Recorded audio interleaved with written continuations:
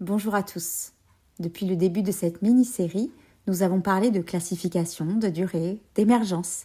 Mais au cœur de tout cela, il y a toujours la même question. Quelles sont les conséquences pour la personne? En ASSP, vous n'accompagnez pas une maladie, non.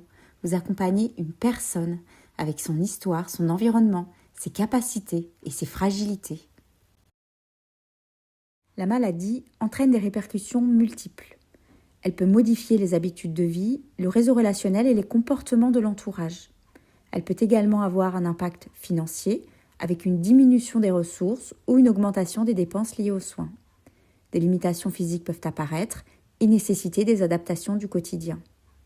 Chez l'enfant, les conséquences peuvent concerner le développement physique, cognitif ou social et générer une souffrance psychique.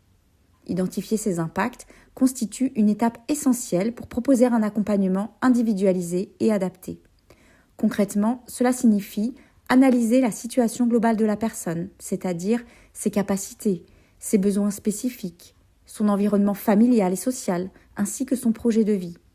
Cette analyse permet d'ajuster les aides techniques, d'adapter les activités proposées, de soutenir l'entourage et de favoriser l'autonomie dans le respect de la dignité de la personne. L'accompagnement ne se limite donc pas à la maladie elle-même, mais prend en compte l'ensemble des conséquences qu'elle génère. Comme vous l'avez compris, la maladie ne se limite jamais à des symptômes. Elle impacte la vie sociale, familiale, financière, psychologique et physique. C'est pour cela que votre rôle dépasse largement les gestes techniques.